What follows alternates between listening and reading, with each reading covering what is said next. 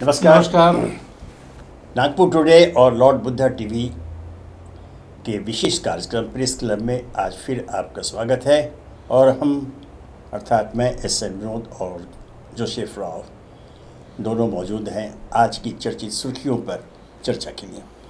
चलिए सीधे चर्चा करते हैं। और आज पुनः सोनिया गांधी, कांग्रेस अध्यक्ष सोनिया गांधी से ईडी की पूछताछ लगातार जारी है। कल कई घंटों तक दोषी पे पूछताछ हुई, आज फिर बुलाया है।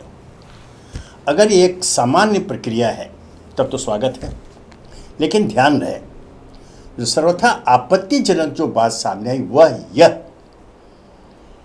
कि सोनिया गांधी के खिलाफ ईडी ने कोई एफआईआर दर्ज नहीं की है। अमूमन पूछताछ एफआईआर दर्ज करने के बाद होती आई है। यह एक सामान्य स्थापित प्रक्रिया है। बावजूद इसके यह पूछताछ, तो ये संदेह, इस आरोप की पुष्टि होती है कि कांग्रेस अध्यक्ष सोनिया गांधी, उनके पुत्र राहुल गांधी यह कांग्रेस पार्टी को डराने धमकाने भयभीत करने के लिए कार्रवाई की जा रही है। यह पहलू, लेकिन इसके साथ ही इस पूछताछ के खिलाफ कांग्रेस ने राष्ट्रीय स्तर पर विरोध प्रदर्शन का आयोजन किया। प्रदर्शन हो रहे हैं, लोग सड़कों पर निकल रहे हैं, गलियों में निकल रहे हैं, नारेबाजी हो रही है, ये सब हो रही है। लेकिन इसमें एक आपत्तिजनक बात है, जो इस विरोध प्रदर्शन का नाम कांग्रेस ने सत्याग्रह दिया है। महात्मा गांधी ने सत्याग्रह की शुरुआत की थी अंग्रेजों के खिलाफ, लेकिन उसके साथ उन्होंने एक शब्द लगाया था, अहिंसा। आप सत्याग्रह करें, आप एक प्रदर्शन करें, लेकिन हिंसक नहीं करें। ये हिंसक प्रदर्शन होता है तो फिर यह सत्याग्रह नहीं रह गया, यह दुराग्रह हो जाता है। इस पर कांग्रेस पार्टी ध्यान दे। दूसरा पहलू इस मामले में, इस प्रदर्शनों को रोकने के लिए प्रदर्शनकारियों के खिलाफ कार्रवाई की, पुलिस ने जो कार्रवाई की, प्रदर्शनकारियों पर लाठीचार्ज किया, राजघाट जा रहे पहुंच रहे प्रदर्शनकारियों को रोका गया, उन पर लाठीचार्ज किया गया। कांग्रेस मुख्यालय में प्रदर्शन कर रहे कांग्रेसियों पर लाठीचार्ज किया गया। यह सर्वथा आपत्तिजनक है। और सबसे आपत्तिजनक बल्कि लज्जाजनक जो दृश्य सामने उभर कर आए, लोगों ने, पूरे देश ने टेलीविजन पर देखा कि युवा कांग्रेस के अध्यक्ष श्रीवास, उनको गाड़ी से पुलिस वाले बाल पकड़कर बाहर खींच रहे हैं।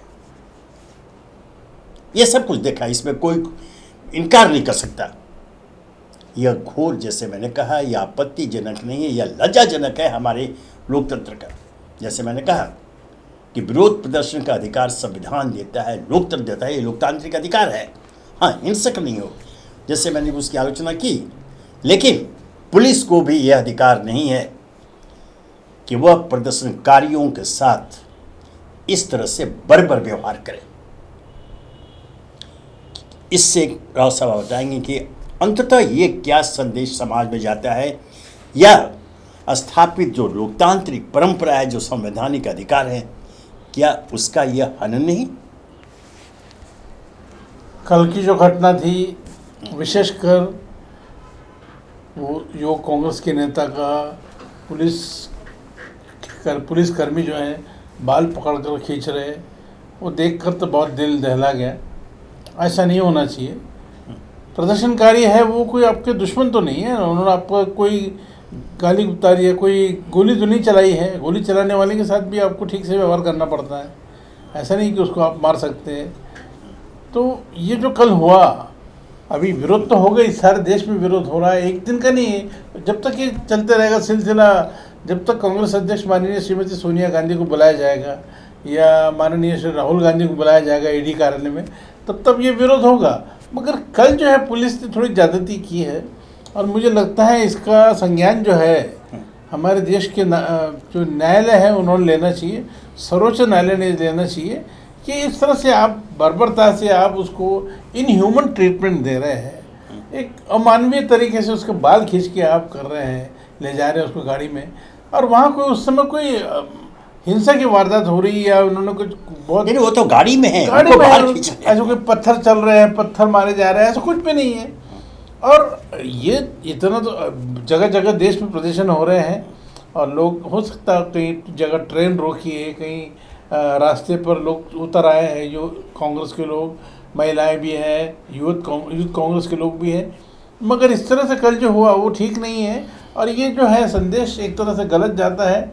हमारी पुलिस की इमेज भी ख़राब हो रही है इसमें। इसलिए मैं चाहूँगा कि देश के गृह मंत्री और जो दिल्ली के जो लोग हैं और जो जुडिशरी में जो लोग बैठे हैं वो इसका संज्ञान लें, और इस तरह की घटना दोबारा ना हो, ऐसा कोई निर्देश। क्योंकि बार बार कई बार ऐसा होता है कि चीफ जस्टिस जो हमारे हैं, न्यायमूर्ति माननीय श्री रमन्ना जी, कई बार वो अपनी टिप्पणी करते हैं, कुछ बातों का ऑब्जर्वेशन वो करते हैं। तो कई बात तो उन्होंने भी टीवी पे देखा होगा या आज के अखबार में पढ़ा होगा, उन्होंने भी इसका कोई संज्ञान लेना चाहिए, और पुलिस को ऐसे दिशा निर्देश देना चाहिए कि इस तरह के वो जो हल्के जो काम है, इस तरह की ओछी हरकत जो है उससे बचे हो। नहीं, ये बड़ी लज्जास्पद बात है कि पुलिस की एक बर्बर छवि पहले से स्थापित है, और ये बार बार प्रयास हुए हैं, अदालतों की तरफ से भी टिप्पणियां आई हैं कि पुलिस इस छवि से निजात पाए। लेकिन कल की घटना तो ये बताती है कि निजात पाने की जगह वो इस छवि में और वृद्धि कर रहे हैं। यह लज्जाजनक है, ऐसा नहीं होना चाहिए। राष्ट्रीय स्तर पर इसकी भर्त्सना हो रही है। पुलिस प्रशासन और गृह मंत्रालय इसका संज्ञान ले और तुरंत सुधार करे। चलिए, अब इसी लोकतांत्रिक बातों को आगे बढ़ाते हुए एक और घटना की ओर। अभी हम लोगों ने पिछले दिनों चर्चा की थी लोकसभा के 4 सांसदों का निलंबन को लेकर। कल पुनः राज्यसभा में 19 सांसदों को निलंबित किया गया। आरोप वही कि वो सदन की कार्यवाही में बाधा पहुंचा रहे थे, हंगामा कर रहे थे। यह कोई नई बात नहीं है। जैसे बार बार हम कहते हैं, जब से संसद की स्थापना हुई है और आरंभिक दिनों में जब आज के सत्ताधारी जब विपक्ष में थे, तब भी ऐसा होता है। बल्कि उस काल में तो ऐसा हुआ कि पूरा का पूरा सत्र हंगामे की भेंट चढ़ गया था। यहाँ तो कुछ क्षण के लिए हो रहे हैं और आप ये कार्रवाई करें। तो यह एक लोकतांत्रिक अधिकार जो हमारे निर्वाचित जनप्रतिनिधियों का है, उससे रोका जाना, इस तरह से निलंबित करना, मुझे लगता है कि फिर वो दोहराना ही होगा कि यह स्थापित परंपरा के विरुद्ध है। इसमें पीठासीन अधिकारी और सरकार पहल करते हुए इसका एक सकारात्मक निराकरण स्थापित करें। आपने बिल्कुल सही बताया। इससे पहले भी संसद के सत्र में, जो चालू सत्र है उसमें पहले कुछ सांसदों को निलंबन किया गया, और कल जो है, कल की बड़ी घटना है 19, ये राज्यसभा, इसको अंग्रेजी में हाउस ऑफ एल्डर्स बोलते हैं। ये इंटेलेक्चुअल लोग होते हैं वहाँ पर, पढ़े लिखे, शिक्षित, अलग अलग क्षेत्रों से आने वाले लोग, कवि है, साहित्यकार है, पत्रकार भी होते हैं। ये सब लोगों को वहाँ रखते हैं, और ये सारे लोगों को, 19 लोगों को जो विरोध कर रहे हैं, आप उनकी आवाज़ को दबाना चाहते हैं, आप उनकी आवाज़ को क्रश करना चाहते हैं। मैं आपको ध्यान दिलाना चाहूँगा, उनकी एक मांग थी, बिल्कुल जायज़ मांग, वो महंगाई और बेरोजगारी पर बहस करना मांग कर रहे हैं, और पीठासीन अधिकारी उसकी स्वीकृति नहीं दे रहे हैं, सरकार तैयार नहीं हो रही है। तो एक लोकतंत्र में जनता की आवाज़ जब जनप्रतिनिधि वहाँ उठाते हैं तो उन्हें रोका ही नहीं जाना, उन्हें निलंबित करना बहुत गलत है। और इसी तरह से आप निलंबन की कार्रवाई जारी रखेंगे तो एक दिन आएगा कि शायद संसद में सत्ता पक्ष के अलावा उधर विपक्ष में बैठने के लिए कोई बचेगा नहीं। बिल्कुल। ये हमारे लोकतंत्र के लिए बहुत बड़ा खतरा है, और ये एक तरह से धब्बा है कि हम लोग विपक्ष को साथ में लेकर कोई काम नहीं कर पा रहे हैं, और एक तरफा हमारी कार्रवाई हो रही है। ये पूरे दुनिया के लिए एक अलग मैसेज जाएगा कि यहाँ की जो राज्यसभा या हाउस ऑफ एल्डर्स है, वहाँ पर अभी विपक्ष नाम की कोई चीज़ बची नहीं है, और सारे काम जो है सत्ता पक्ष के लोग कर रहे हैं, और उनको बोलने का मौका ही नहीं दिया जा रहा। ये एक गलत संदेश पूरे विश्व में जाने वाला है। बल्कि संदेश ये जा रहा है कि विपक्ष की आवाज़ को संसद के अंदर, बाहर की छोड़ दीजिए, संसद के अंदर कुचलने की साजिश रची जा रही है। यह सीधे सीधे पूरी की पूरी हमारी लोकतांत्रिक व्यवस्था को कलंकित करने वाली कार्रवाई है। ऐसा नहीं होना चाहिए, क्योंकि संविधान, हमारा भारतीय संविधान विरोध का प्रदर्शन की इजाज़त देता है। सुप्रीम कोर्ट भी कई अवसर पर ऐसी टिप्पणी कर पाई है कि विरोध करना लोकतंत्र में राजदलों का अधिकार है। ऐसे में यह जो घटना हो रही है, निलंबन करवाए, जिस राव साहब ने बिल्कुल सच कहा। अगर इस पर तुरंत अंकुश नहीं लगाया गया इस प्रवृत्ति पर, तो शायद एक दिन ऐसा आएगा कि पूरे सदन के अंदर विपक्ष नाम की कोई चीज़ नहीं रहेगी, विपक्ष पता ही नहीं रहेगा। तो एक तरफा सिर्फ सत्ता पक्ष बैठे हुए सदन की कार्रवाई चलाए, यह नहीं होना चाहिए। और अगर ऐसा होता है तो उस आशंका को बल मिलता है कि कहीं न कहीं किसी कोने में बैठ करके हमारे लोकतंत्र के वर्तमान स्वरूप को बदलने की साजिश रची जा रही है। इसलिए यह जिम्मेदारी सरकार की होती है, सत्ता पक्ष की होती है और न्यायपालिका की होती है कि लोकतंत्र के रक्षार्थ ऐसी प्रवृत्ति पर तत्काल अंकुश लगाया जाए। राज साहब, अब आगे बढ़ते हैं अपने महाराष्ट्र के। 28 दिन हो गए, दो व्यक्तियों की सरकार है, मुख्यमंत्री और उप मुख्यमंत्री। 28 दिन, महीना पूरा होने जा रहा है लगभग, अभी तक मंत्रिमंडल का विस्तार नहीं हो रहा है। इसका संदेश आम लोगों के बीच में कुछ अच्छा तो नहीं गया, क्योंकि आप चाहे जितना दावा कर लें, सच्चाई यही है कि सरकार की अनुपस्थिति में, मैं कहूँगा सरकार नहीं है, अनुपस्थिति में अब इतना बड़ा महाराष्ट्र राज्य, इतने विभाग, अगर चीफ मिनिस्टर और डिप्टी चीफ मिनिस्टर मिलकर के चलाए चाहे तो एक तरह से पूरे कामकाज ठप पड़े हुए हैं। और लोगों के बीच में संदेश तो जा ही रहा है कि कहीं न कहीं कुछ गड़बड़ तो है। आपको क्या लगता है, इसके राजनीतिक दृष्टिकोण से और कानूनी पहलू दोनों को मिला के आप किस रूप में इसे देखना चाहेंगे? देखिए, दो लोगों की सरकार ही सर्वविदित है और मंत्रालय का सारा काम करीब करीब जो है वो ठप हो गया है। बिल्कुल बिल्कुल ठप पड़ा हुआ है, बिल्कुल। क्योंकि फाइल ऊपर से आती है, फिर नीचे आगे और उसको इम्प्लीमेंटेशन के लिए भेजा जाता है। अभी सरकार ही नहीं है तो कोई फाइल ना ऊपर जारी है, किसके पास जाएगी वो सही के अप्रूवल के लिए, और कहाँ कब अप्रूवल आएगा ये तो हो ही नहीं रहा है। सरकार नहीं है, विभागों का बंटवारा नहीं है। हालांकि ये जो है, ये दोनों माननीय मुख्यमंत्री एकनाथ शिंदे जी और माननीय उप मुख्यमंत्री श्री देवेंद्र फडणवीस जी 1 अगस्त की रास्ता देख रहे हैं, जब सुप्रीम कोर्ट में ये मामला सामने आएगा कि ये सदस्यों के निष्कासन की जो मांग की गई है, निलंबन की, उसके ऊपर क्या फैसला आता है। और इनकी ओर से जो बचाव पक्ष की ओर से, शिंदे ग्रुप की ओर से जो याचिका दाखिल की गई, उसके ऊपर दोनों के ऊपर क्या फैसला आता है। अगर ये उनके पक्ष में आया माननीय शिंदे ग्रुप के, तब ये मेरे ख्याल से मंत्रिमंडल का विस्तार होगा। एक सवाल ये खड़ा होता है, आपने 1 अगस्त की बात कही, लेकिन इस बीच में खबरें ऐसी छपी आई है कि 29 तारीख, इस 29 जुलाई की तिथि को निर्धारित किया गया मंत्रिमंडल विस्तार के लिए। ऐसा क्यों?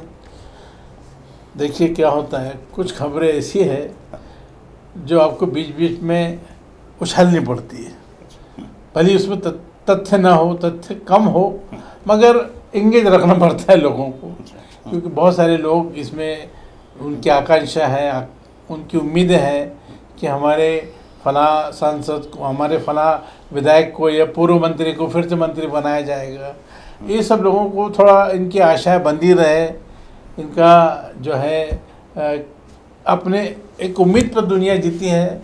ये लोग उस तरह से बीच बीच में अफवाह उड़ती है, मगर इसमें कोई तथ्य नहीं है कि ये 29 जुलाई को इसका विस्तार होगा। जो भी है 1 जुलाई के बाद ही होगा, उससे पहले करना बहुत मुश्किल है। अगर चूँकि एक ही कारण है कि आशंका ऐसी है, अगर सुप्रीम कोर्ट ने ये 16 विधायकों के निलंबन पर अपना सिक्का लगा दिया, अपनी उसके ऊपर अपना हामी भर दी, उसको जायज़ ठहरा दिया कि ये बराबर है, ये इन लोगों को निकाला जाना चाहिए, तो ये सरकार की फजियत हो जाएगी। जब आप मंत्रिमंडल का एक और विस्तार कर रहे हैं और वहाँ सुप्रीम कोर्ट ने आपकी जो है वो नीचे से आपके जो है वो चटाई खींच ली है, तो ये इस तरह से डर के मारे कोई भी नहीं, अरे ये कारण, सही कारण तो कोई भी आपको बताएगा नहीं, ये हम लोगों का विश्लेषण होता है, चाहे पत्रकार हो, चाहे कानून के विशेषज्ञ हो, या जो संसद और विधायक में जो लोग काम करते हैं, भूतपूर्व रहे, कानून मंत्री है, ये लोगों का, हम लोगों का तर्क वितर्क है ये। और इस तरह से 1 तारीख के पहले कुछ भी नहीं होगा, जो भी है 1 तारीख का इंतज़ार है। वो जो सिंबल की लड़ाई है धनुष बाण की, वो तो अलग चलती रहेगी, उसका ये इससे मंत्रिमंडल विस्तार से कोई संबंध नहीं है। मगर फिलहाल जो है 1 तारीख के पहले मुझे नहीं लगता ऐसा कुछ होगा। और दूसरा ऐसा है कि कानून में ऐसा कोई प्रावधान नहीं है कि समय सीमा है, समय सीमा तय नहीं की है कि मंत्रिमंडल का विस्तार कब हो। हालांकि संख्या के ऊपर कानून बनाए गए हैं, कितने मंत्री होंगे, कितने विधायक मंत्री होंगे, संख्या क्या होगी मंत्रिमंडल, ये सब तय है। चूँकि इससे पहले आंध्र विधानसभा का उदाहरण दिया जा रहा है, जहाँ 66 दिन तक मंत्रिमंडल का विस्तार नहीं हुआ था। तो ये इसमें थोड़ा स्कोप है उनके बचने का, मगर संदेश ठीक नहीं है जनता तक। आपका जिस समय एक समय जब ओला ये हो रही है, बारिश हो रही है, अतिवृष्टि हो रही है, तो उससे जो नुकसान है, अभी सब खेतों में काम चालू है, बहुत सारे विषय हैं, लॉ एंड ऑर्डर का सिचुएशन है, ये सब सारे विषय जो है अभी ठप पड़े हुए। सिर्फ 2 ही लोग अधिकारियों के साथ बैठ के निर्णय ले रहे हैं, उसी को कैबिनेट मीटिंग बोल रहे हैं। जहाँ 1 से 2 रहे वो कैबिनेट हो जाता है, कैबिनेट की मीटिंग हो रही है, अधिकारी है, चीफ सेक्रेटरी है, बाकी अधिकारी डिपार्टमेंट के बैठे हैं। मगर जो लोक प्रतिनिधि जो है, इलेक्टेड रिप्रेजेंटेटिव जिनको बोलते हैं हम, वो जब तक वहाँ बैठेंगे नहीं, जब तक उसमें पार्टिसिपेट नहीं करेंगे, इसका ये सही रूप नहीं आ सकता है। अर्थात कानूनी दृष्टि से मंत्रिमंडल विस्तार की कोई बाध्यता नहीं है, कोई समय सीमा नहीं है, लेकिन राजनीतिक दृष्टि से जो संदेश जाता है समाज के अंदर वह यह कि कहीं न कहीं कुछ गड़बड़ है। हालांकि ठीक है कि जैसे राव साहब ने कहा, बिल्कुल सही कहा कि यह प्रतीक्षा करे 1 अगस्त की अदालती आदेश के बाद। तो यह तय है कि 1 अगस्त को सुप्रीम कोर्ट में सुनवाई और उनके आदेश के बाद ही मंत्रिमंडल विस्तार संबंधी कोई फैसला लिया जा सकेगा, उसके पहले नहीं। चलिए हम ये आशा करें कि इस बीच में भले ही चीफ मिनिस्टर और डिप्टी चीफ मिनिस्टर 2 व्यक्ति हैं, कम से कम राज्य हित में, राज्य के विकास के हित में जो योजनाएं चल रही हैं, जो निर्णय लिए गए हैं, उनका सफलतापूर्वक क्रियान्वयन हो सकेगा। तो आज के प्रेस क्लब में इतना ही। आज हमें विदा दीजिए, कल हम फिर मिलेंगे नई सुर्खियों पर चर्चा के लिए आपके सम्मुख। नमस्कार।